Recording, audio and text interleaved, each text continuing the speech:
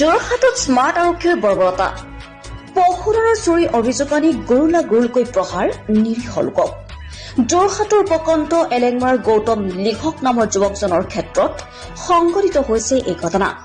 চুৰি গোচৰত সন্দেহবশত মঙলবাৰে যোৰহাটৰ ISB আৰক্ষী চকীৰ কেইজনমান আৰক্ষী আহি ঘৰৰ পৰা লৈ গৈছিল যুৱকজনক, কিন্তু পৰ্যপৰি শাৰীৰিক নিৰ্যাতন চলোৱাৰ পাছত কোনো ফল নধৰাত বুধবাৰে ঘৰলৈ যাবলৈ দিয়ে গৌতম লিখকক। কিন্তু সন্দেহবশত এলেংমাৰ যুৱকজনক মঙলবাৰে নিশা ঘৰৰ পৰা লৈ গৈ গুৰুকৈ প্ৰহাৰ অভিযোগ যোৰহাটৰ পুলিবৰ ISB আৰক্ষীৰ বিৰুদ্ধে। তদন্তৰ নামত নিৰীহ লোকজনক অভিযুক্ত সজাই এনেদৰে চলোৱা অত্যাচাৰৰ বিৰুদ্ধে এতিয়া সৰব হৈ পৰিছে পৰিয়াল।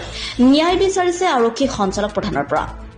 যোৰহাটৰ পৰা পৰাণ মেধিৰ ৰিপৰ্ট, আছাম লাইভ 7। নমস্কাৰ মাননীয় মুখ্যমন্ত্ৰী ডাঙৰীয়া আৰু মাননীয় JP সিং ডাঙৰীয়া। মোৰ পৰহি মঙলবাৰ দিনা মোক বলপূৰ্বকভাৱে অফিচৰ পৰা 3-4টামান বজাত মোক বলপূৰ্বকভাৱে উঠাই লৈ যায় ISBT পুলিচ থানায়, আৰু উঠাই নি মোক যিখিনি তিৰস্কাৰ কৰিলে, গোটেই ৰাতি মোক লকআপ মানে হেণ্ডকাপ লগাই চকীত বান্ধি লৈ মোক গোটেই ঘুচিয়াই মেলি মানে মোক মাৰি লাঠি চালনা কৰি বহুত অত্যাচাৰ কৰিলে। মানে 3-4 ঘণ্টা পুৰা নন ষ্টপ কৰিয়ে থাকিলে। মোক অকল কিবা গৰু চুৰ, ম'হৰ চুৰ